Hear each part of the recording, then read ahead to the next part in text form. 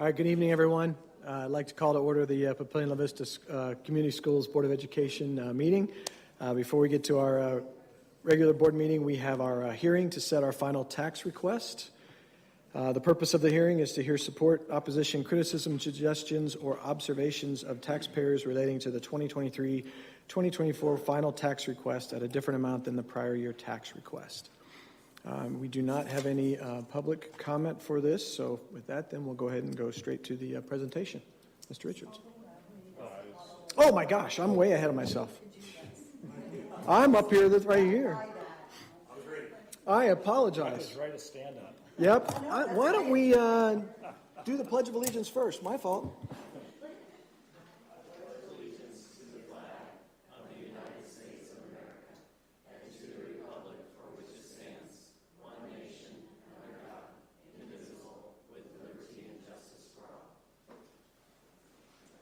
All right, I'll get my act together here. Sorry about that. Why don't we go to roll call now? Here. Here. Here. Here. Here. Here. Thank you very much. All right. Now, since I already read what the hearing is about there, I need to put that up here, huh? Why don't we go ahead and go to the presentation? Mr. Richards, you can All right, great. Thank you, Mr. Bailey. Good evening. We'll begin the tax hearing resolution and talking about our asking for the year with our summary of tax requests. We have three different funds that we're requesting district property taxes in. The general fund, $80,200,000. You can see our levy last year was just over $1. We are proposing to decrease that by just over 7 cents. The special building fund is $2 million on the district property tax side, and that takes it down not quite a half a cent, but we did take the special building fund down a little bit as well. Bond fund, $17,012,455. We're decreasing our bond fund by over 3% or 3 cents. So total, just under $100 million that we'll get in property taxes. County treasurer will get just over $1 million to handle all the processing of that. And then you can see the levy overall is a drop of 11.47 cents. So good news to share. I know you've heard this before, but we'll go through them all once more. Summary, property valuations increased right around 12% in the district.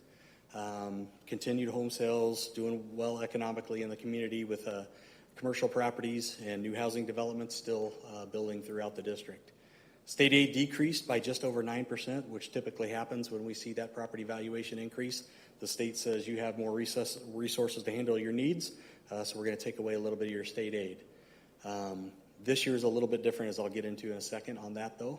Special education expenses, this is where the 80% we're going to get reimbursed from the state of Nebraska, up from the previous amounts before, and that'll bring in additional revenue from the state, which allows us to drop those property taxes almost like an equalized district, which is good news for our district property owners. The district will continue to levy a special building fund. Again, $2 million. We have a lot of systems that we still need work with, a lot of improvements to make throughout the district in various areas, as you can see up there, energy system-wise, playground improvements, and just routine things that we're doing throughout the district when needed outside of the bond. The bond fund levy decreases about 3 cents compared to last year's rate because of increased valuations, and the bond 3 payoff is now complete. Total proposed Papillion La Vista School District tax levy is $1.149938, and I went through each of the two levies previously. Comes to about an 11.4% tax decrease from 2022-23.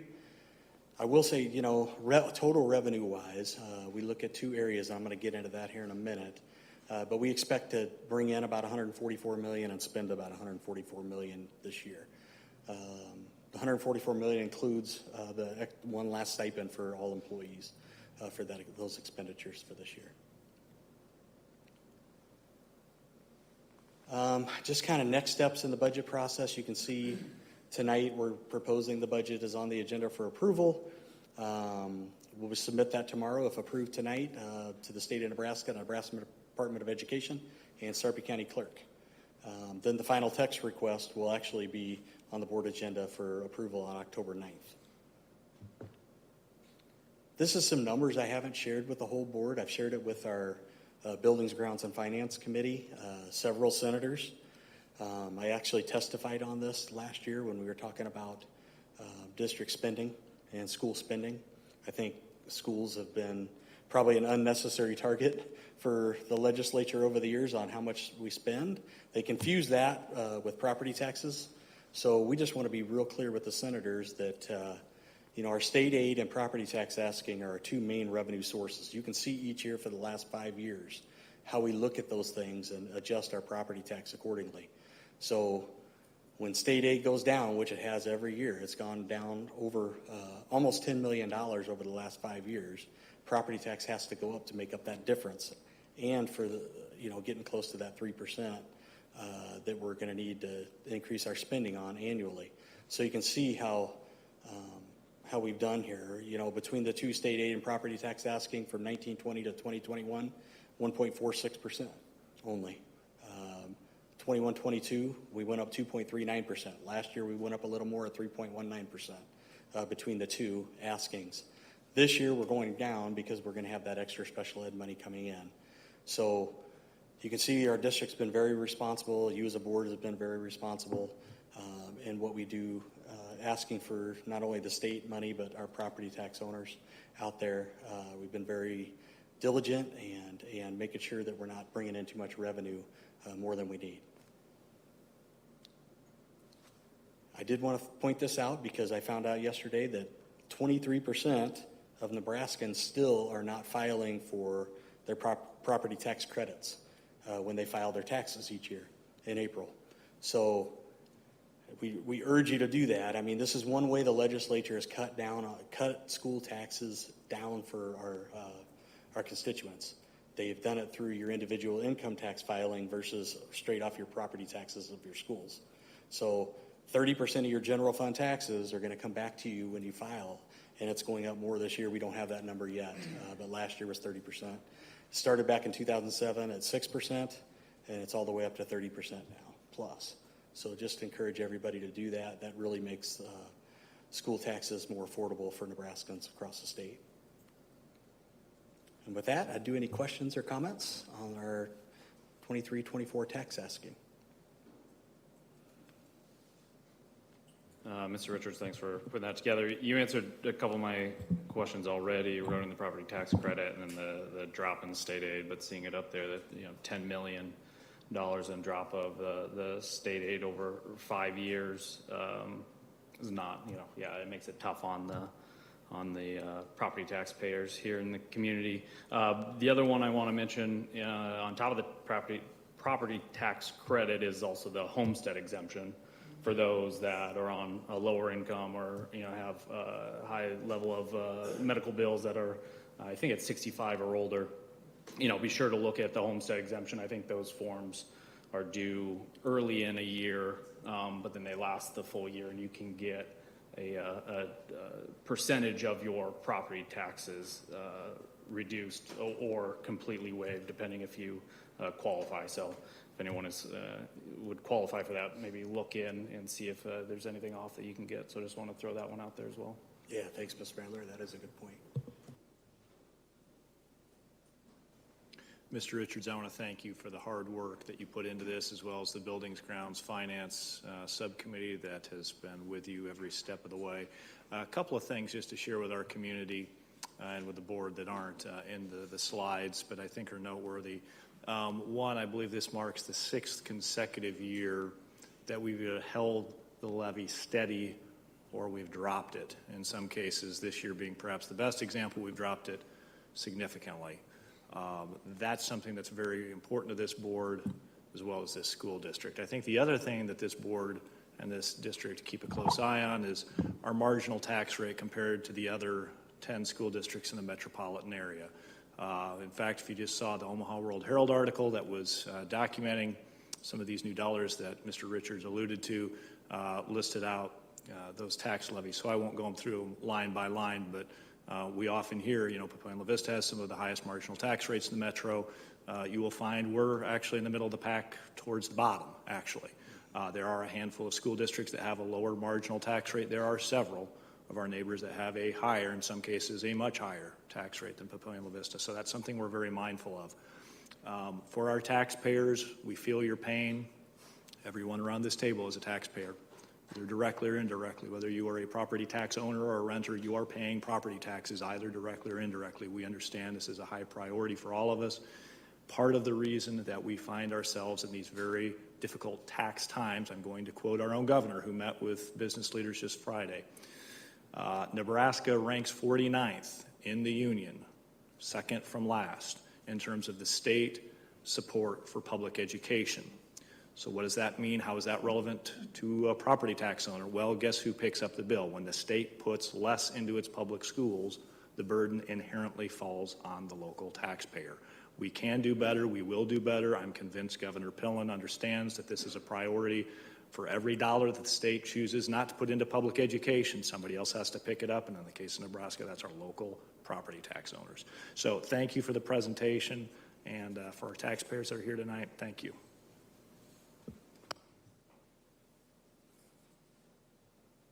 All right, if there's not any other comments, then I will adjourn this hearing at 6:11 p.m.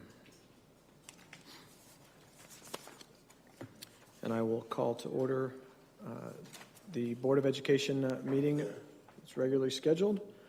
We did do the Pledge of Allegiance, I remember this time. And so we'll skip the call to order section, and we will go straight to Section 2, Communications.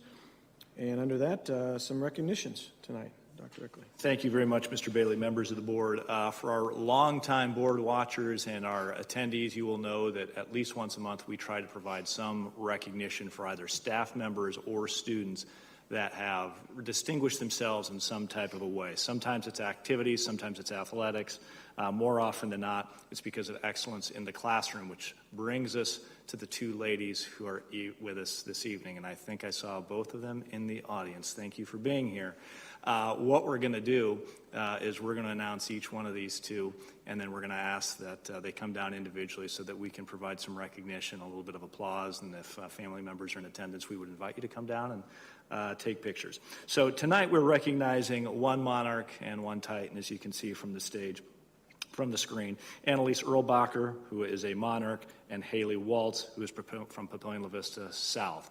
They have been named National Merit Semifinalists based on scores on their college entrance exams. Now, the National Merit Semifinalist is incredibly selective. Hundreds of thousands of students sit for this exam every year. In fact, I had to look up the statistic before I walked in here. Less than 1% of U.S. high school students receive National Merit Semifinalist status. It is incredibly selective. It is incredibly prestigious. We are so very proud of both of these young ladies. First, we would like to recognize Annalise Erlbacher. Would you please come down and be recognized by your Board of Education?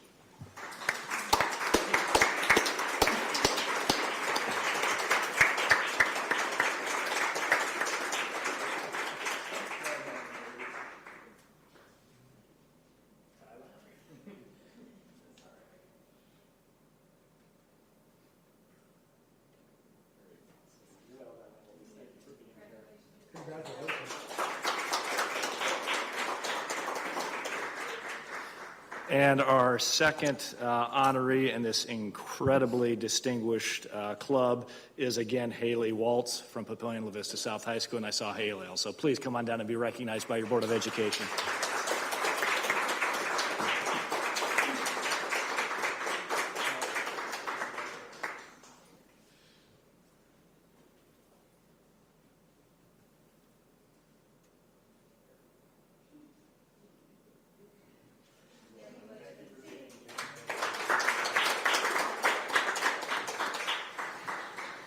Congratulations, ladies. We'll probably all be working for you one day, so we are thrilled and proud of your accomplishments. The next one, it's not on the agenda, but if you'd give me some executive privilege here, I'd like to recognize my bosses, our 6 Board of Education members. I had the privilege of attending the NASB, which is the state board, which works with our school boards, provides professional development, among other services.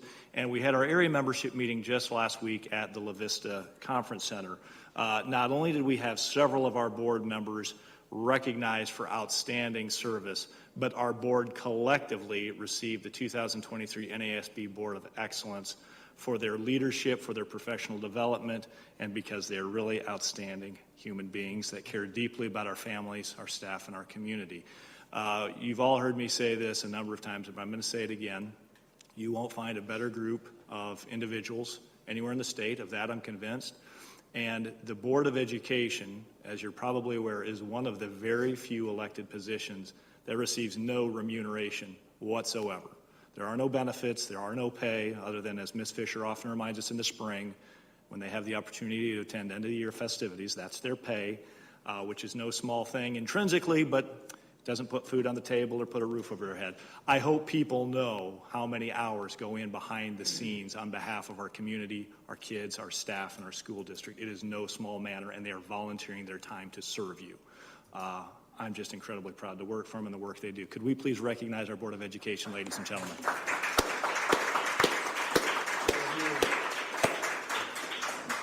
And we've even got this handy-dandy little plaque outlining the 6 board members and their outstanding work. So again, thank you for your leadership. We are very grateful to have you as our Board of Education. And with that, Mr. Bailey, I would conclude our recognitions for the evening. Thank you very much. Yeah, caught me off guard with that one. That was good. All right, next up, our military advisory, Colonel Kolesiak. All right. How are you tonight, sir? We're sorry about that Notre Dame score, Colonel. I was very sorry about that Notre Dame score as well. That was rough. I think I lost another year of my life on the stress in the last 2 minutes of that game. But no, once again, thank you very much for the opportunity to come here and speak tonight. Absolutely great part in the agenda coming in after the recognition that we had of our National Merit semifinalists, and also to the board here for your recognition. It's great to have you as a partner that I get a chance to work with on a routine basis. So just wanted to bring a couple items up for kind of the update that we have. September was a very busy month for us. We had our 76th anniversary of the founding of the Air Force, celebrated that just a couple of weeks ago at our annual Air Force Ball, and also had the chance to commemorate the anniversary of September 11th with our first responders and the National POW MIA Recognition Day. We also did have the opportunity this last month to host General Brown, the Chief of Staff of the Air Force, and his wife, Mrs. Brown. Both had a chance to come to the base. General Brown had a chance to talk the mission, and Mrs. Brown had a chance to spend the day with our families, with our command teams, to talk about a lot of our morale, welfare, and recreation programs, but also our community involvement.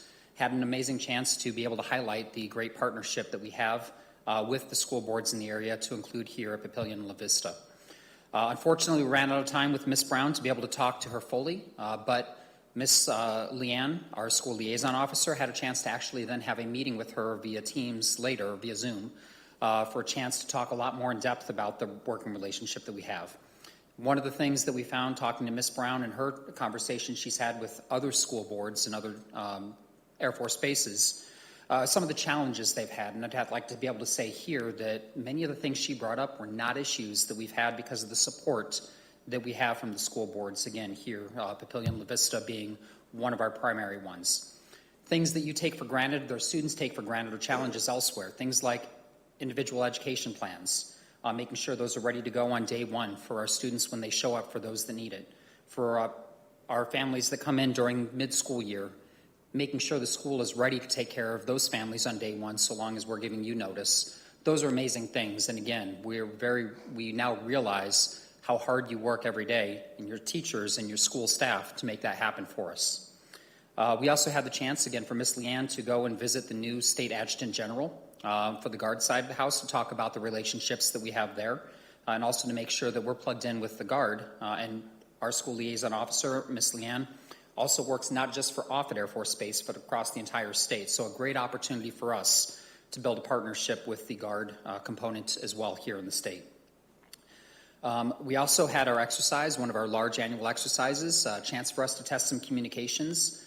So as the base went into a simulated lockdown, had a chance to make sure that we were able to communicate that out to the local schools as well, just to test that back and forth communication, which worked for us as well.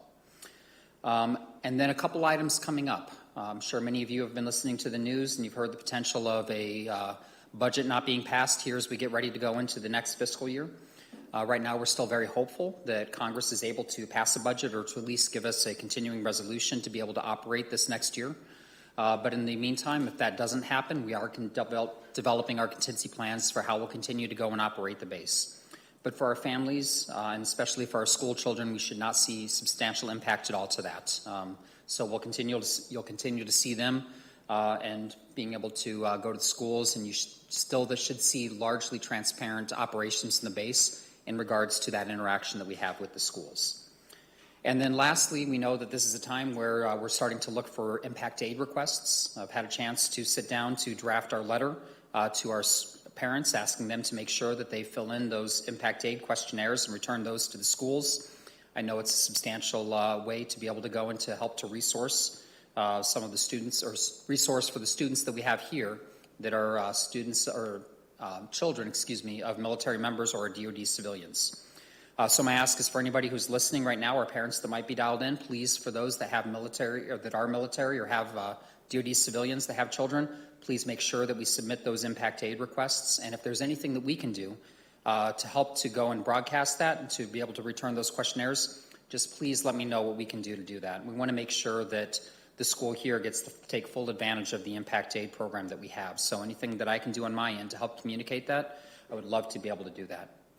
So that is all I have for the update today, pending any questions that you members of the board might have. All right. Colonel, thank you for being here, and just wanted the board to be aware. I think I put this in my weekly update to the board, but Colonel Kalisiak came in about a week and a half ago to basically reaffirm the commitment, the partnership between U.S. Air Force and the school district, STRATCOM, the 55th Air Wing, and the school district. In 11 years in doing that, I don't know that I've had an Air Force officer take the time to come in and do that. So we're deeply grateful for the partnership. We really appreciate your commitment to making this work, and we'll get going on those impact aid forms. Absolutely, and again, look forward to the opportunity, like I say, during my time here, to be a great partner with the school board. Thank you very much. Really appreciate it. Thank you, I sir. just want to say thank you too for you mentioned how we're important to you, but you are important to us as well. And we do kids, you do far more protecting the country and the world, basically. So I want to thank you for all of that service as well. It's a partnership, ma'am. Thank you very much. Thank you all. All right, next up on the agenda is a public comment for items not on the agenda. We have a couple here, and please remember, when I call your name, you come on up, and we instituted a new part of our policy. I know that most people don't like to state their name and address anymore since it's on the pink form, but we have asked that you state your name and the city in which you are living in. So that's what we request that you do when you come up, please. And then after you do that, you'll have 3 minutes to speak. And Ms. Branco has the timer. So at 2:15, we'll hear the first beep, and then at 3 minutes, you'll hear the next one. So that being said, first up is Mr. Kevin Padilla.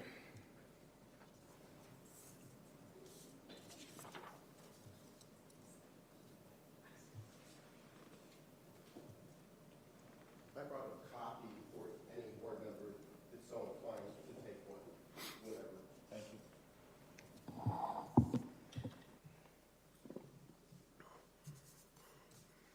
Okay, my name is Kevin Padilla, and I reside in Papillion. Good evening, Papillion La Vista School Board. I would like to draw your attention back to the 11 September 2023 school board meeting, specifically to the general fund summary table expenditure slide. A particular note on the list of expenditures was the district legal fees. The district legal fees for 22-23 was $95,000, while the projected district legal fees for 23-24 is $200,000. This seems exorbitant in nature. The percent increase from one year to the next revealed a 52.5% increase on the slide. This was inaccurate, wrong. The real percent increase was 110%. Why the huge increase in legal fees for the district? Just asking. When district legal fees go up over 100%, I truly believe the school board owes the public an explanation. I would like to see a little more clarification, transparency with respect to the 110% increase. How is the Papillion La Vista legal fee upsurge commensurate with Bellevue Public Schools, Millard Public Schools, Elkhorn Public Schools, or Omaha Public Schools? Can you show a comparison of legal fees? What is going on in Papillion? Just asking. You said you were going to highlight expenditures over 3%. The instruction line reported 3.5%, actually 3.64. Summer school line reported 3%, actually 3.06. Special ed instruction reported 2.9%, actually 3%. Support services SPED reported 2.9%, actually 3%. Support services non-SPED reported 3%, actually 3.12%. Support services instruction reported 3%, actually 3.09%. Executive administration reported 2.9%, actually 3%. District legal fees 52.5%, actually 110.53%. Communications budget reported 2.9%, actually 3%. Well, you get the message. I hope in future school board budget reviews that you check your slide for discrepancies. If we see numerous mistakes, then how does the public know there are not bigger discrepancies? I take for granted you are providing the correct monetary amounts on your slide for both years. If the monetary amounts are not or are incorrect, then we are talking real negligence. 14 of the 20 item line percentages were in error. I brought my concern to the attention of one board member during the last meeting, but felt compelled to tell the whole board this week. Thank you for your time.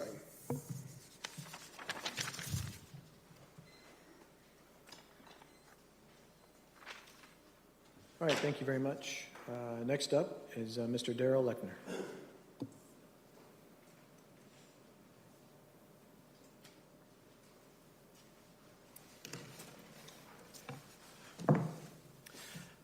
Good to see you all again. My name is Darrell Lechner, and I live in La Vista. I'm a resident, and thank you very much. I just want to go over a few things that are kind of notes of concern. I was very disappointed because last time I was here, I didn't know about the book approval situation, especially with my research with extreme socialist groups which are pushing this. This isn't about the books. This is about to get this in the schools and that, so that conversation is open, so they can open that dialogue and thus affect the students' lives and those who aren't normally affected by it. This is a disruption, and I would have suggested you actually contact Project Harmony and the other institutions within our own state, which I have worked with as a prior foster parent, to protect children, because this is not it. This is not it. You board members who voted for this, you are legally liable, because this should be, and from my comments and research so far with our state legislative body, you are liable.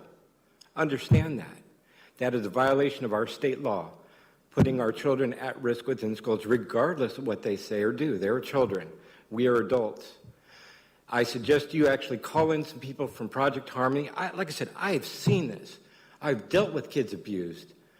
My own two daughters were abused in OPS schools, and we fled here because there was a difference. What is going on? I am so appalled. I've spent now currently at least over 750 hours researching the extreme left groups. The president of the American Library Association is a verified Marxist. She stated this herself 7 years ago, and she's done it again multiple times. In the last, just yesterday, we got in on another Zoom call of her with a special meeting where she made it very clear. She was trying to get librarians in public schools and private schools also, and your public libraries, into becoming activists. She made it clear they are not to be,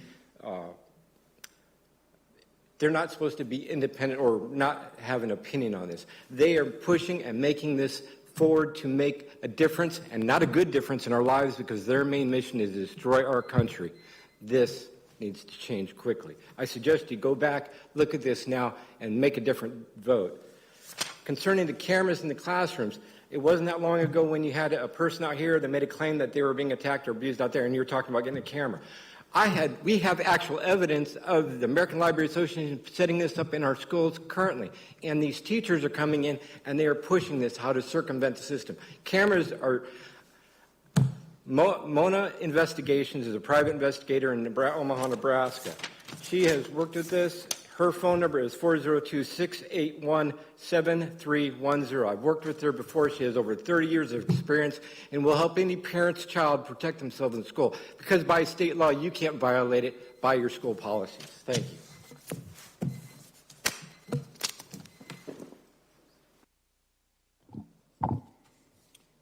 All right, next up under communications is the superintendent's report. Dr. Rickley. Thank you very much, Mr. Bailey, members of the board. Thank you for our members that are here with us live. Thank you for taking time out of your day to join us. And for those that are watching on YouTube, thanks as always for being engaged with your Board of Education. The first item I wanted to share, we already slipped in under recognitions. Again, just want to congratulate the board on their accomplishments and your recognition. We're awfully proud of you. Also left at each of the board places. I don't think we have a copy at the table, but we'll certainly share this with the public if anybody wants a copy. Governor Pillen recently sent a letter to school boards across the state of Nebraska, and it deals with some of the budgetary issues we've already touched on just a little bit, but without reading the letter line by line, Governor Pillen pointed out in his letter that large amounts of state dollars are being pumped into our public schools for the very reason that I articulated earlier. Nebraska ranking near the very bottom of state aid support for public schools. I believe Governor Pillen is making truly an effort to change that.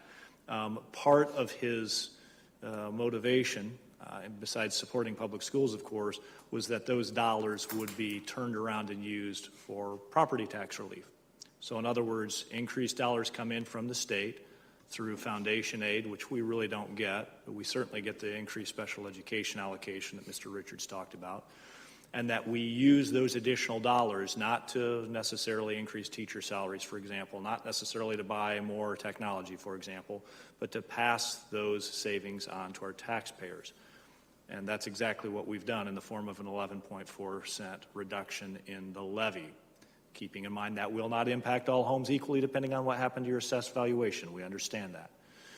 However, the reason why we wanted to bring that up is because I think the governor's concern is that there would be districts that would take those additional dollars and not change the levy. In other words, leave it unchanged, bank it, so to speak.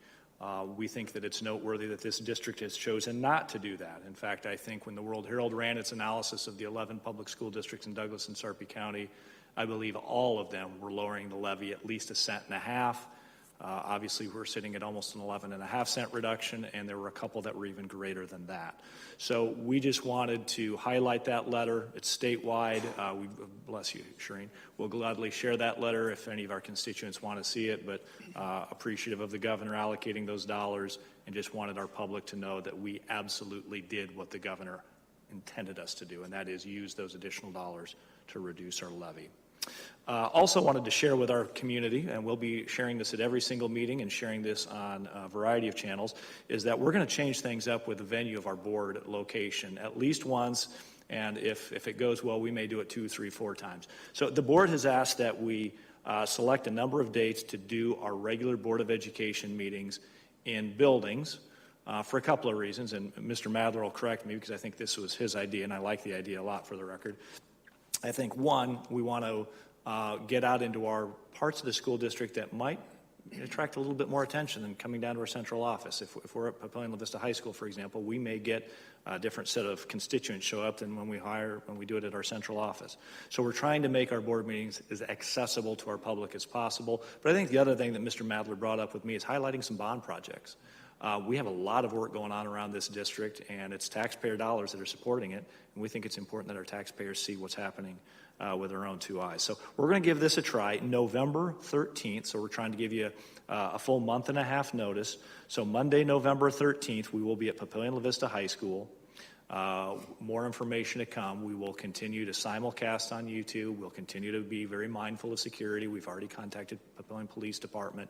So for all the world, it will look and feel just like a regular board meeting, but we decided to change the venue for the reasons that we mentioned earlier. As I said, if it works well, we'll probably take our show on the road, maybe try middle school where we've had some bond work done, and try to do an elementary too. So more details to come, but Monday, November 13th. Please keep that on your calendar.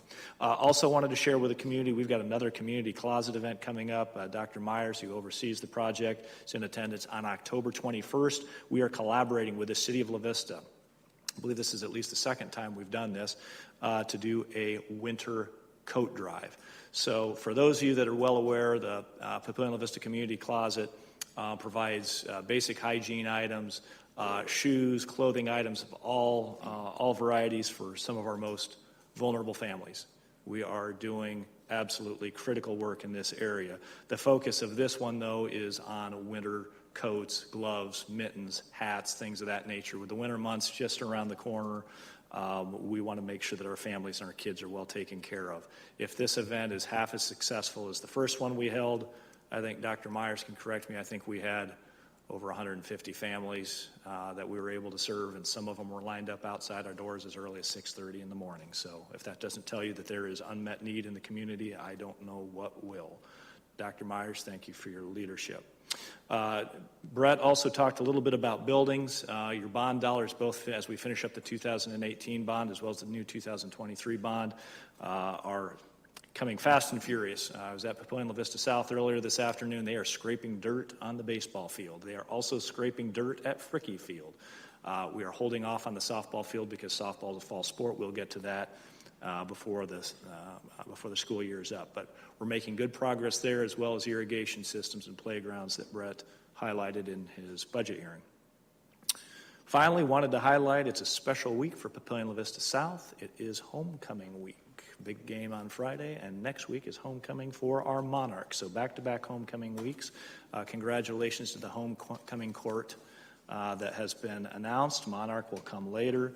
I debated whether to share this one, but I'm so darn proud of Dr. Voisin. We'll bring Dr. Voisin in and recognize her at a future meeting, but we just wanted our community and the staff to know that we are tracking that Dr. Tammy Voisin, our Director of Special Services, has been named the Nebraska State Special Education Director of the Year.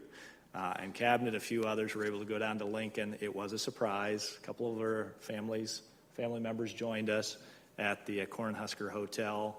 I kind of think maybe she had an idea it was coming, but it was supposed to be a surprise, Mr. Bailey.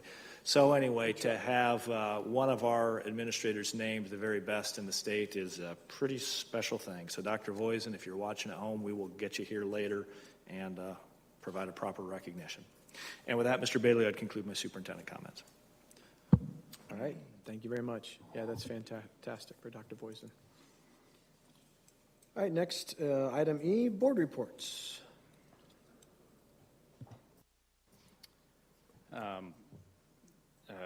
I'm excited for the potential first board meeting, not here in the district office. No offense to the district office, but it's probably the least impressive building in the district, so I'm excited for the taxpayers to see more of the schools.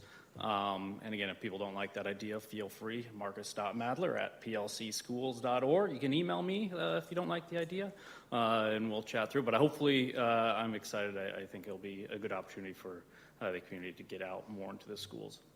Also want to mention, went to the Monarch football game last Friday night.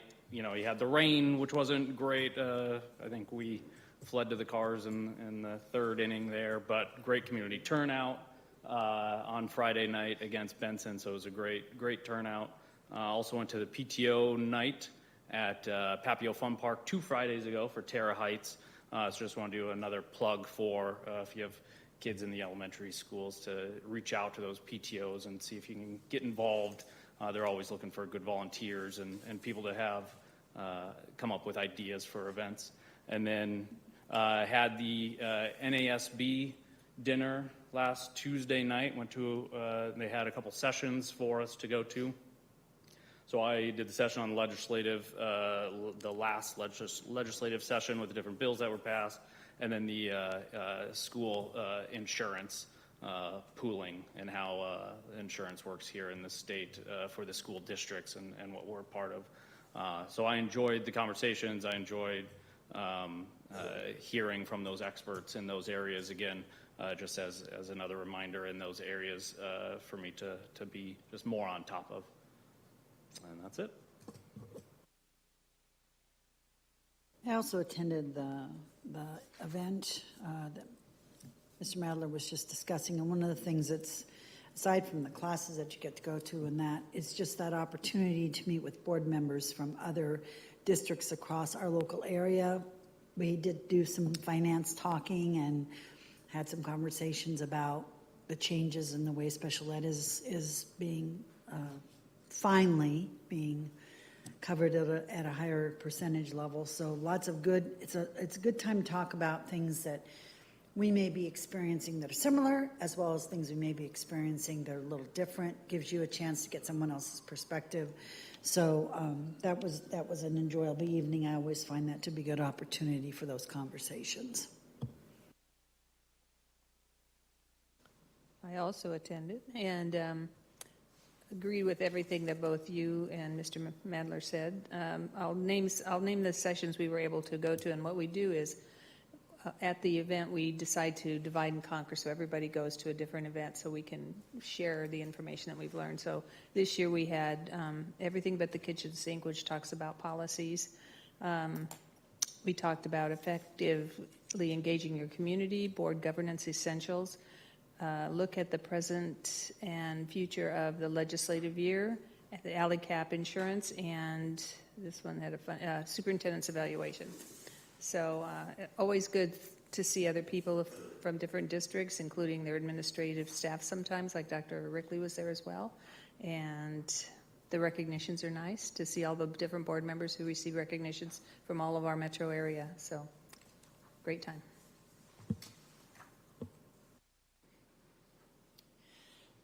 I attended as well. They covered everything. The dinner was very well done. The buffet, Embassy Suites always does a phenomenal job with their catering, and and they utilize again some of our folks in YATP and other programs. So they're a great business partner for the district. We did have a state senator join us for dinner as well. I'm just going to space his name. Senator Reapy. I met Senator Kavanaugh as well. Mr. Madler and I had a good conversation with him as well. Always a good thing. The state conference is coming up. I think all board members have seen those emails, so we'll see if it works into the work schedule, if we can attend or not. But it's always good even just to get down to hear the keynote speakers, which I believe, is it the governor this year? Or is that a different one? I've been on to it. It might be a work conference. I don't know.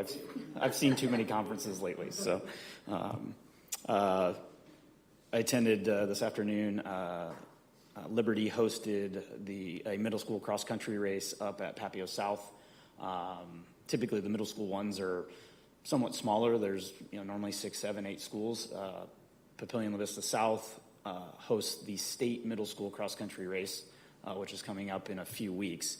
So it draws a lot of attention from schools outside of the metro area to come in and get a preview of what that state course is going to look like. So they had over 13 teams. I mean, hundreds of kids. The parking was packed.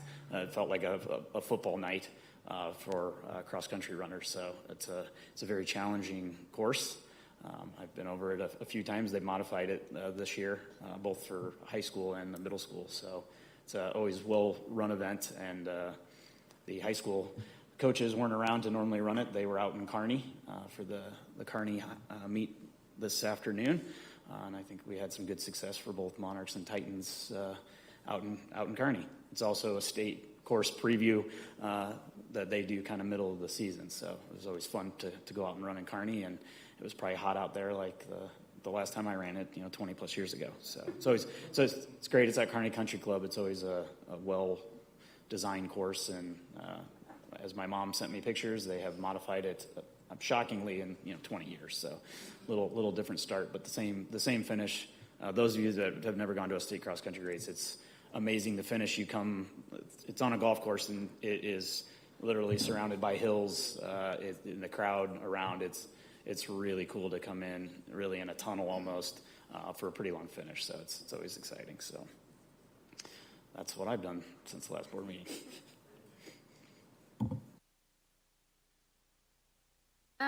Just a couple things. I got a hold of Miss Kaylee today from Teammates to see if there's any updates. She said that they are still looking for mentors for Teammates. So if you are interested, you can find her and email her. And then they did have their runs a fundraiser, and they raised more than they did last year, which is awesome. So I went through the drive-through, but I know a couple days before that they did have the signs out. So if you do see a fundraiser, stop by that day, because proceeds do go to the fundraiser. And then another thing, Dr. Rickley, what you said about the community closet for the coats, I didn't catch where you said to drop them off at. Thank you for that. Thank you for that, Ms. Holtmeyer. You can drop them off anywhere. I think most people tend to drop stuff off here at the central office, and then we'll process it out to the right place. But if we have a community member that can't make it to the central office but can make it to an elementary or middle school, for example, we'll accept donations anywhere. So thank you very much for asking that. I dropped some off last year for the coat drive here, but kids can take them to school if they want to. Okay. Thank you. All right, just unless somebody else says something, I had to go back to the community closet. So my wife and I work at the Neighborhood Food Pantry here in Papillion, like volunteer once or twice a month. And my wife was out front working. If you haven't been there, it's interesting the way they do it, that they bring the folks in and then they give them groceries. They don't shop for themselves. We kind of provide the groceries and everything. But one of the questions I always ask them is, do you need any personal hygiene products? And one of the people there was like, oh, no, I was just at the community closet, and they're wonderful. They gave us so many, we don't need any of these and everything, and they were fantastic, and they gave us this, and they gave it just on and on and on for like about 10 minutes about the community closet. So if you want direct feedback, there it is right there. So they were very, my wife made sure to mention that to me because I was in the back bringing all the groceries up when they said it. But she said, yeah, it's direct feedback for you that what you're doing is it's doing good things for the people of this community. So thank you very much for that. Thank you for that, Mr. Bailey. And a lot of the full-size hygiene products like shampoo and conditioner, a lot of that was donated by United Way with the Shine Brightly boxes. So again, it takes a village to tackle the problem. It's a real thing. So thank you for sharing that feedback. Absolutely. All right, no other comments there. We'll move on to item F, committee reports, buildings, grounds, and finance. Yes, we met a couple Fridays ago, shortly after the last board meeting. Majority of the items that we discussed are on tonight's agenda, specifically as Mr. Richards pointed out, the going over the budget, hearing information, the proposed budget of funds, talked about the construction manager at risk agreements that are on tonight's agenda. I know mine got put in my shred pile. And then most again, City Park interlocal agreements on tonight's agenda, as well as then the bond proceeds. We obviously, thanks to the board members that came in and got the paperwork signed last week to finalize our bonds. We did really well. From our bonds, even in a higher interest rate market. Other districts that went out for bonds the same day, we were able to come in and save our taxpayers over $1 million on our pricing over the term of the life versus some other comparable districts in the area. So again, thanks to Cody and D.A. Davidson for really getting out there and getting our bonds promoted. And again, it's a testament to the community and our bond rating that we can go out and get such favorable interest rates to, again, be mindful of our tax dollars that go to pay for these bonds. So with that, again, we constantly, in every meeting, we get updates on all the bond projects that are going up, the ones that are wrapping up, punch list items, issues we're having with contractors. So again, I appreciate Mr. Richards always supplying us with a full agenda, and got lots of items to talk about tonight. Thanks, Brittany. Yes, I'm sure you guys stay busy. I can't imagine. All right, human resources and student services. Our subcommittee met last week, and we reviewed the updates for the 4,000, 5,000, and the 8420 changes to policy that are on the agenda for discussion. Many of them are due to recent law changes, including behavior and mental health training and others. Those items, like I said, are on tonight's agenda and will be on the agenda for action next meeting. We also talked about the voluntary separation. 65 teachers are eligible this year, and I believe we recommended 15 spots as usual, and there are 8 to 11 people who have already applied. So if there are any other teachers out there who are interested in the early retirement, they may still, unless you have more since then. No? The option enrollment resolution was discussed as well, and that will be brought up tonight for discussion as well, and our next meeting is October 16th. Thank you very much. Curriculum and Americanism. We have not met. All right, thank you. We do not have any comments on items on the agenda tonight, so we will move down to Section 3 for action items. First up, item A, action by consent. I'll make a motion to approve the action by consent as presented. Second. All right, I have a motion by Ms. Fisher and a second by Mr. Madler. Any comments? Roll call, please. Yes. Yes. Yes. Yes. Yes. Yes. Thank you. All right, item B, adoption of the 2023-24 budget of funds. Okay, thank you, Mr. Bailey. As required, the board must formally adopt the school district budget for all funds tonight. Public hearing was held September 11th, 2023 at 6 p.m. Copies of the budget hearing were available at the meeting. Tonight, we will look at a general fund budget for 23-24 in the amount of $161,407,143.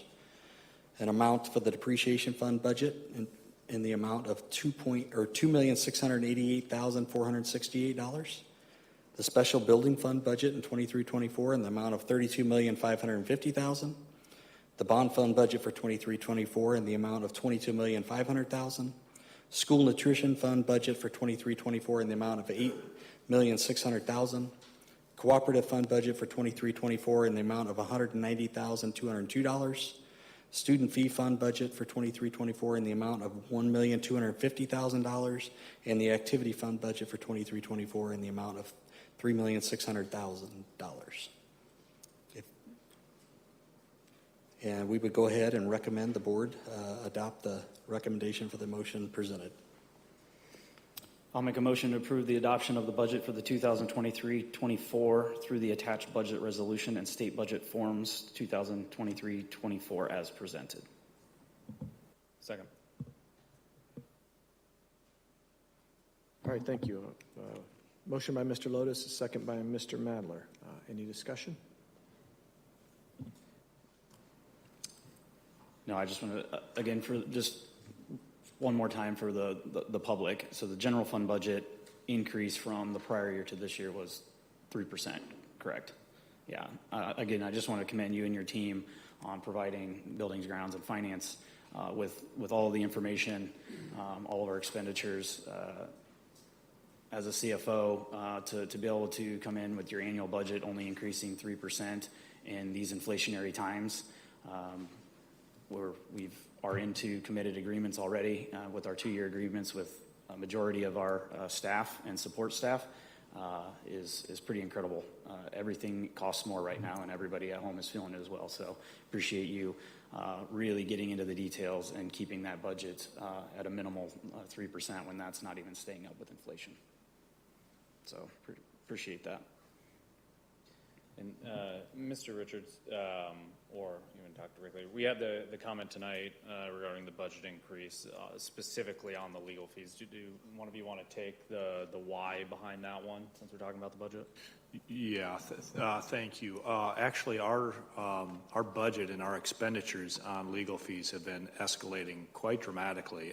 This year being a good example, but it's certainly not the only time where we've seen our legal expenditures take a really big jump. I would say there's been 2 or 3 factors. Mr. Richards, keep me honest here.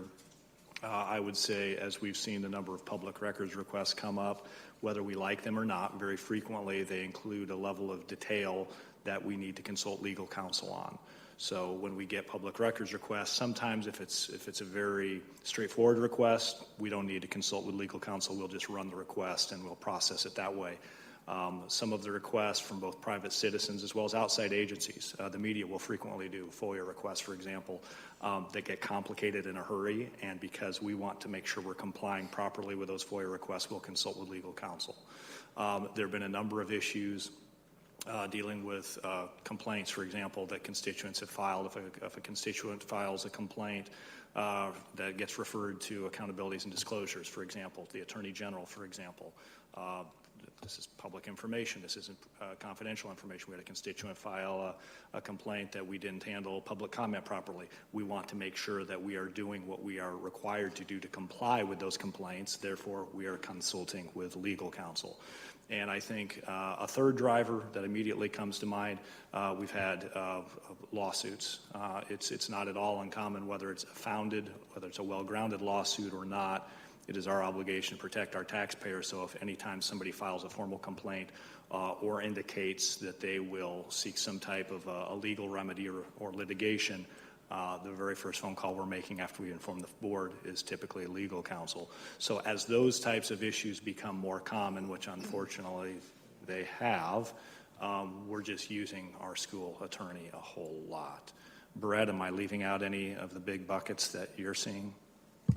I think, we had a few more student discipline hearings that we've had in the past, this past year, which can vary year to year, depending on that as well. But I think Dr. Rickley hit most of the areas.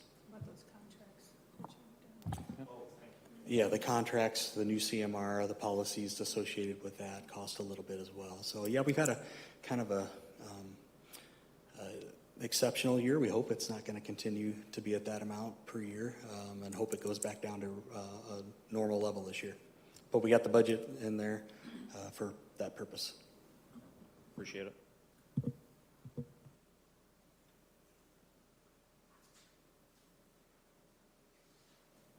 All right, no other discussion? All right, roll call, please. Yes. Yes. Yes. Yes. Yes. All right, thank you very much. All right, item C on the agenda, construction manager at risk number 3, the agreements for that, and back to you, Mr. Richards. Yes, thank you, Mr. Bailey. Real appreciative to our Perry Law Firm and Derek Aldridge. He's one of the best in the business at representing school districts through the construction manager at risk process. We've completed the negotiations of the contracts with each company that they from their proposal from the selection process. What you have in front of you tonight is AIA agreements. It's a standard agreement that most districts use when working with architects or construction companies. Most districts around use these type of contracts as a starting point, and then we kind of negotiate the different sections as we go through. So the first section of the agreement is the A133 standard form of agreement between owner and construction manager. This is the main document, and it's pages 1 through 33. This agreement has been modified to address specific Nebraska laws, address specific issues related to school districts, and address project-specific issues. Also, this is where we try and shift some of the provisions to be more owner-school district friendly within the document. The portions which have been modified are identified in the document by long vertical lines in the left margins. As you have seen during your review, there are many changes made from that standard document. Some of the major items addressed in the agreement are project scope. You kind of see the timelines, different timelines, and the scopes of the projects that we're trying to do. Information on the guaranteed maximum price, CMR compensation, general conditions reimbursement, and contract termination. That's probably where we get into the most of the detail is the general conditions reimbursement. Derek likes to be very specific on what they can charge us in general conditions versus leaving that open because we can be sometimes taken advantage of in those situations under that provision. Appendices include references to project statements for each facility, effort schedules for each facility, job security requirements, and an E-Verify affidavit. The agreement document can be a little confusing because in addition to the actual agreement document, there is an addition and deletion report. You can see that when you went through it, they kind of show what, line by line, what was changed in the document, which is good for all parties to see. Next, there's an Exhibit A, Guaranteed Maximum Price Amendment. This is an agreement that will be done at a later date and ends up becoming an amendment to the agreement. There will be separate guaranteed maximum prices for each facility project as we do the design work prior to construction starting. So actually, both companies will come back with guaranteed maximum prices for each project very soon. We'll bring those to the board for recommended approval at that particular time.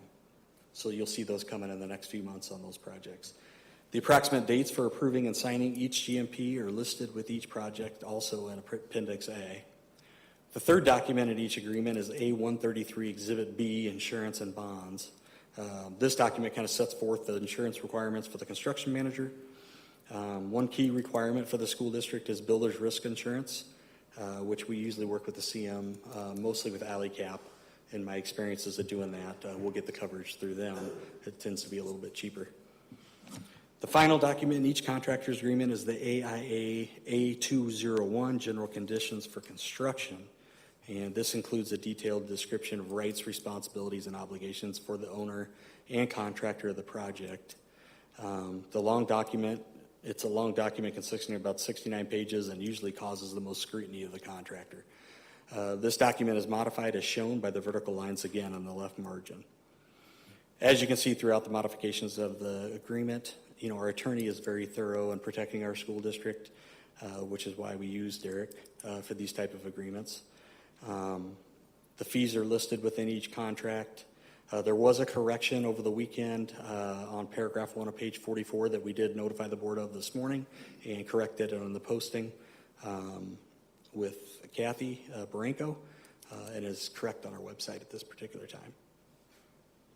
Any questions on this particular contract? Normally, I will say this, normally the board votes to allow us to go ahead and negotiate the contract and then sign the contract, designee, the board president or his designee. So you don't see these very often, but since this construction manager at risk, it's a new contract, we wanted to bring that to you for your review. And we appreciate the questions that you had on this particular contract as well. So we're ready to roll.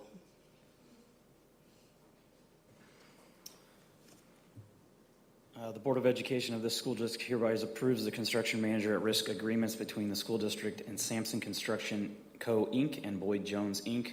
for the proposed 2023 bond campaign facility projects. Such agreements are on file with the official school district records or with such changes as are deemed necessary and in the best interest of the school district, and approved by the board president, superintendent of schools, or designee, and further hereby delegates authority to and authorize and directs the board president or designee to sign, execute, and deliver the agreement and any agreement amendments, change orders, or other documents call for in such agreement, to pay the contract sum and to take all other action necessary to carry such agreement into effect. Second. All right, thank you. Motion by Mr. Lotus, a second by Mr. Madler. I will note, if people are looking for the entire, was it 88 pages, we did not put them in this. We tried to save a few trees, so they're on, we have them digitally, but we did not print them all out. So I wanted to say that for anybody that was looking for them. So, but any discussion?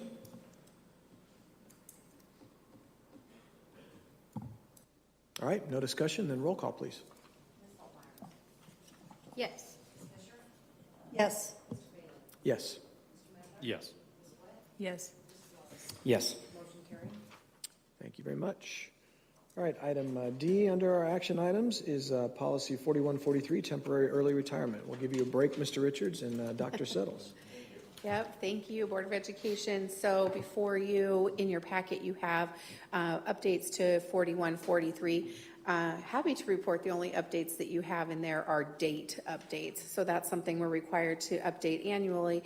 Also, annually, subcommittee reviews the policy and determines if we want to, again, make the suggestion of 15 spots or how many spots we want to allow. You heard Ms. Witt report that already, that we would like to recommend to you 15 spots again this year, so you'll see no other changes besides those dates. Couple of other things just to kind of note in there. In the last couple of years, the last 3 years, we've had between 8 and 11 people apply each year. Prior to that, in both 2019 and 2018, we had 16 apply each of those years. This year we have 65 people eligible. Last year we had 66 people eligible with 8 applying. And just a quick correction to the committee report. We've had several inquire and schedule appointments, but we have received no applications yet.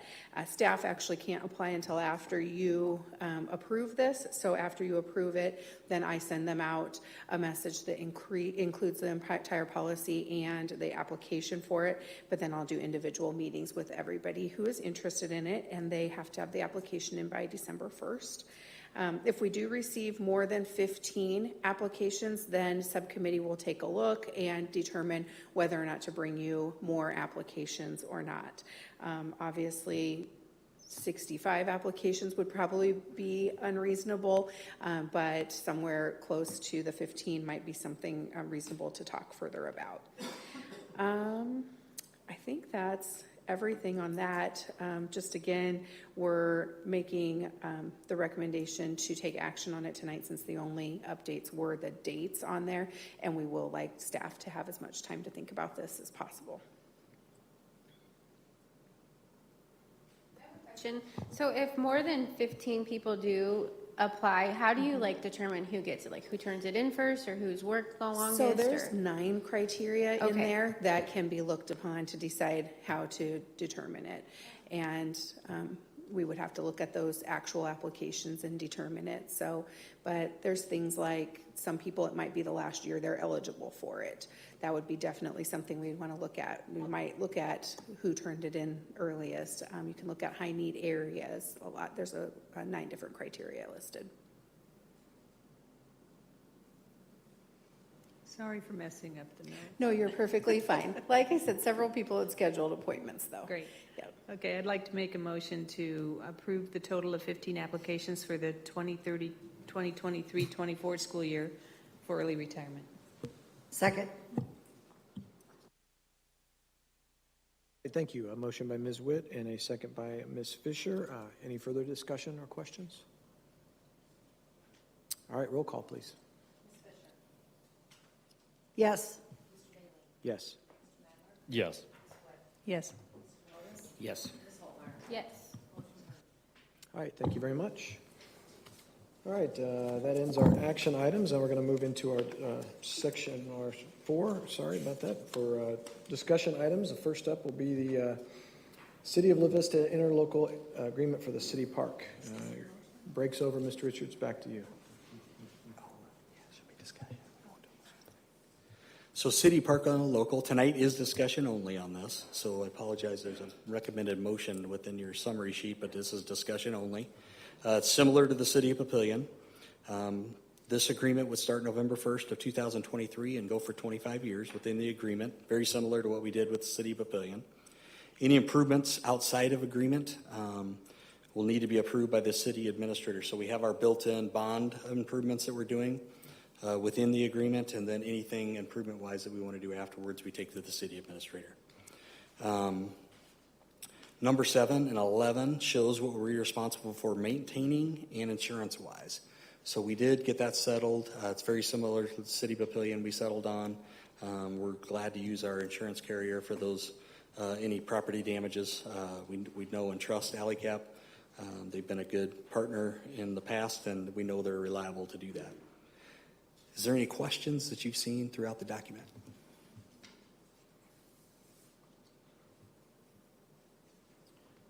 No, I just want to say thanks to the La Vista City Council and the other city administrators there, being a great partner and working through to make this, a mutual beneficial agreement. They take a lot of pride in what they've done to develop that complex in those fields over the years. I mean, I remember playing on those fields in the early to late 80s, and then to drive by now and see what the city has invested into those fields on behalf of, the district, especially for Field 2. There's been a lot of state championship prep games won on those fields, so I know that the team and the city take great pride in those fields. So again, just thanks to the city for being willing to be open to this type of agreement, so that we can make these improvements to take these fields to the next level and stay competitive within the metro area and the state. Yeah, the cities have been great partners and real easy to work with through these agreements, so appreciative. All right, nothing else? Thank you, Mr. Richards. Next up for discussion, item B, Superintendent's Performance Goals 2023 and 24. Dr. Rickley. Thank you very much, Mr. Bailey, members of the board. Just as a reminder to our community, the timeline for my evaluation generally follows the board retreat, which we do typically late July, early August, where I present the board with some proposed goals. The board gives me some feedback. Run it by our administrative team, specifically cabinet, and then based on that feedback, we'll bring those goals back to the board for approval. Tonight, we're not asking for approval. We're simply presenting the goals that were originally discussed at the retreat. By law, in the state of Nebraska, superintendent must be evaluated in his or her first year of employment twice and every year thereafter once. As a matter of practice, this board evaluates me or has an evaluation conversation at least twice formally, typically in the month of December at the midway point in the year, and typically late May, June once the school year is concluded. In addition, in subcommittee meetings as well as individual one-on-one meetings between board members and myself, we're constantly talking about these issues. So we're certainly going far above and beyond what the law requires. Without reading all the finer points, I think the community needs to be aware there's 5 broad goals that we have selected for the upcoming year. We base these goals on a variety of data sources. We look at the previous year's evaluation. We look at the superintendent survey, which is given to our entire administrative team every May, where they basically rate my performance, say he's doing okay here, he needs to show improvement there. Staff and parent surveys, which have been presented with this board and the community in previous board meetings. And we put a heavy emphasis on our district strategic planning goals. We want the goals for the superintendent to align as closely as possible with the district priorities. So the proposed goals for 2023-24, continued implementation of the district strategic planning cycle. Ms. Siri and her team have done some outstanding work there. We'll be living with this current version of the strategic plan at least another year before we restart it. That will remain a priority. Goal number 2, communication and engagement plans. We're coming off a 12-month period of intense community engagement with the bond, to the point where I think some of our community members were getting tired of hearing from us. And that's okay. I guess that's a good problem to have. But we know that when our families, when our taxpayers, when our empty nesters, when our senior citizens are more engaged with their school district, we have a stronger school district, and we're going to put together some specific plans relative to that. Number 3, update district safety and security protocols. Some of this will be covered by the bond, the work that we're physically doing to the buildings, some of the software and hardware solutions that we'll be adding to buildings, as well as some of the training and professional development that we do with our staff, as well as collaboration with law enforcement. Goal 4, district staff recruitment and retention strategies. Dr. Settles and her team have done a remarkable job. We talked a little bit about the staff retention and recruitment bonuses. We've talked with this board about student teacher stipends. We do lots of things to make sure that we're staying current with getting the best and brightest and keeping the best and brightest once we have them. Dr. Settles has done some outstanding work there. And finally, of course, we'd be remiss if we didn't talk about the bond facility projects. So thanks to the 66% of our voters that approved the 2023 bond issuance, we're going to be in building mode for the next 4. Mr. Richards says 4 years. I think it may end up being closer to 5, but I love his optimism. So you're going to be hearing us talk very regularly with the board, with the community. We'll be having our design partners, BCDM, coming in and providing periodic updates as more projects are coming online. So bond facility, bless you, bond facility projects will be at the forefront of our conversations for the next several years. So those are the 5 goals, not asking the board to approve, but would certainly entertain any questions the board has about them.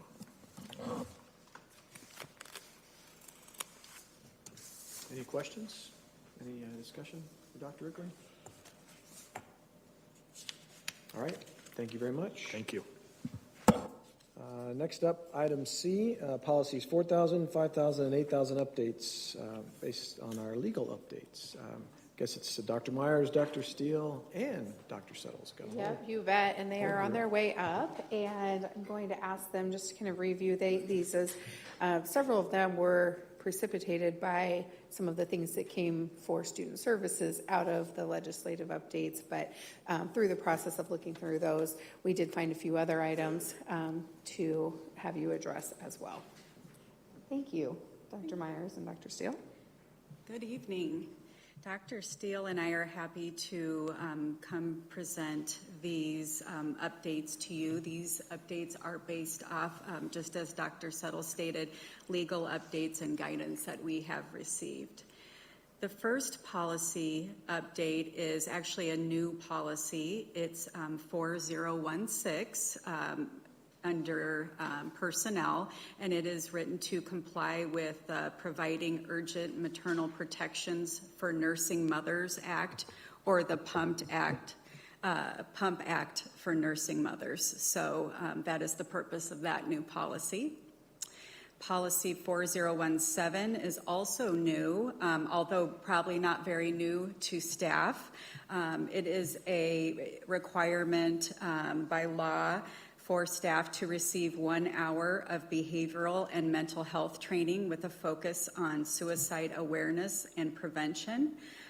This is an annual training that staff are very used to fulfilling that requirement.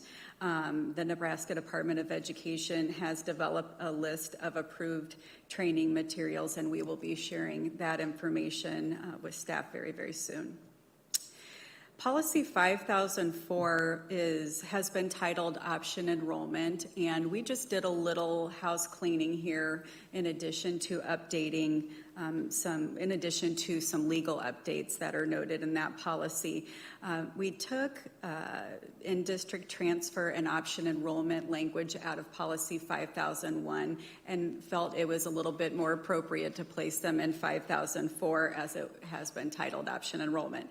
So the new title of that policy is Option Enrollment and In-District Transfers. Okay, next going to Policy 5302, dealing with weapons and firearms. The policy language that is being proposed is a clarification that no person is permitted to have a firearm on school grounds, at a school activity, or in a school vehicle. The exception to this would be, for instance, law enforcement officers, like our school resource officers, who have firearms on their person as part of their job. The next policy, and we're proposing this as a new policy, is 5202, which is emergency exclusion. Emergency exclusion is a mechanism for excluding students who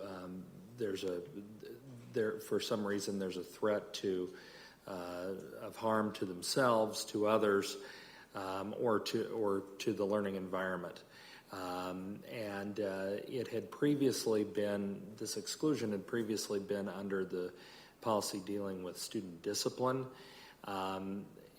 Emergency exclusion is not to be used for disciplinary reasons. It's not punitive. It's better placed in its own policy. The language remains the same as it did under the disciplinary policy, but this just allows it to stand alone and apart in terms of its nature, because it's not punitive. It's not intended to be disciplinary. Fortunately, it's also rare that it's utilized, so that's good as well. And then finally, in the 8000s, this was a product of the work of the subcommittee. It's 8420, dealing with meetings, and it just clarifies the procedures regarding addressing the board and guidelines for public comment, when it's supposed to be, when the form is to be handed to the board clerk prior to the meeting. Just those logistical details.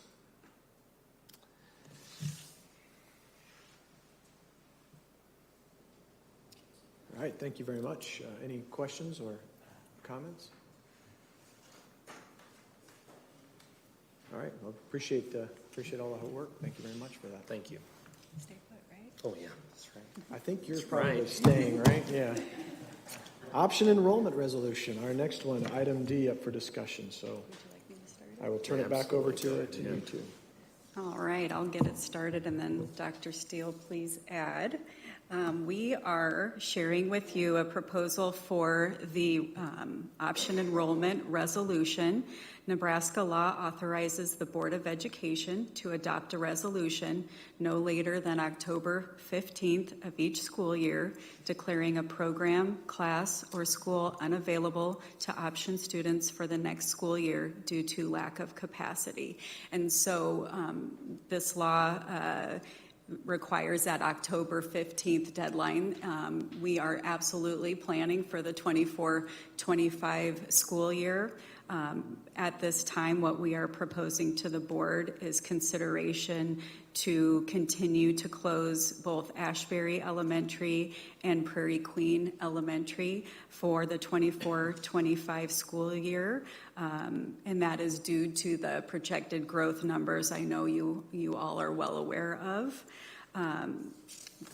Regarding some of the other capacity numbers, some of those decisions will need to be made a little bit closer to next school year as we continue to look very closely at our numbers and our programs for the 24-25 school year. It may very well be that certain grades, grade levels or classes are closed due to being at capacity as the time draws nearer to that deadline, and we will keep you apprised of how those numbers are looking as we move forward. So it's a lot. We're planning, but it's a long way off to predict that out for next year. So that's kind of part of the challenge. And can you remind me, when do we have to have, when do we set those in the future? Like what classes or which grades, when do we have to set those if we can accept option enrollment in them? Or is that like March 15th or whatever that date is? That is the March 15th deadline okay. for the option enrollment, meaning students who reside outside of our district who wish to attend inside our district. Did you want to mention special education? I was going to mention district transfers. Okay, well, you go first then. That's fine. We do we do provide opportunities for families to consider schools that may not be in their attendance zone, and those families are prioritized before option enrollment, and those applications are due February 1st. You can go ahead and mention special education. There is a clause in this resolution dealing with special education, which, again, this is pursuant to action by the Nebraska Unicameral. Applications by students who receive special education services will be reviewed on an individual case-by-case basis by the special education director or their designee as they make their applications for next year. This is due to the specialized nature of the services that are provided, and each case will be reviewed individually. Are the applications for option enrollment accepted throughout the year, or is there a timeline when they start and stop? The applications for the 24-25 year, the deadline is March 15th, and we would, depending on whether capacity exists after that time, we would be prepared to allow option students in, provided that their district of residence also agrees with that and allows them to leave. And those are accepted all the way up until the first day of the school year. And the reason they might not want to release them is funding follows the student? Is that how that works? Yeah. That could be absolutely funding, specialized staffing that could be in place. So after March 15th, a lot of those decisions would have already been made, and those are typically the scenarios that we would hear about. Okay, thank you. I'll Also, I appreciate you mentioning that while we do have closed schools, and those are very minimal, we may have those closed grade levels in other buildings. And I think that's really important for people to understand, because you may request a building, but if that particular grade level that your child is in, that is full, you're not going to be able to do that. But you might have another school available that they could then apply for to go to. But I think it's important for people to understand that there isn't just the closed school, there's the closed grade levels. So thank you for mentioning that this evening. And also speaking about the special education. It's, staffing, whether it's our staffing or another school district staffing, you're trying to prepare for the students. And so the later it gets, the harder it gets for districts to be able to do that, and speaks to why a school district may not want to release students, or another one may not be able to take them at that particular precise time. So thank you for covering all of those issues, because they're very important to the process overall.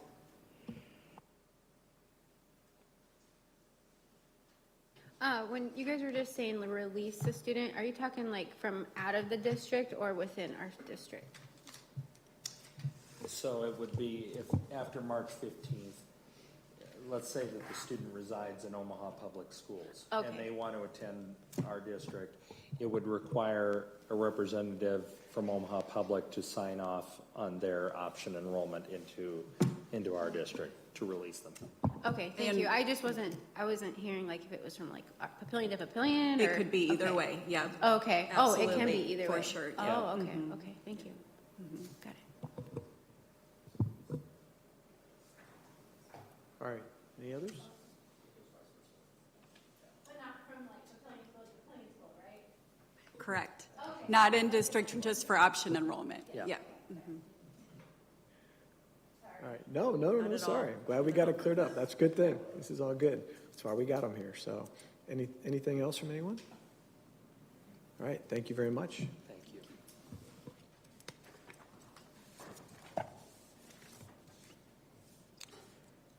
All right, we're going to move on to Section 5, our future board calendar. As was mentioned, September 29th, Papillion South homecoming game. October 3rd, Ms. Holtmeyer has a liaison lunch with Papillion La Vista High School, the Monarchs, at 11. October 6th, no school for students or staff. Also on October 6th, great timing, the Papillion La Vista High School homecoming game. And October 9th, no school, it is a staff development day.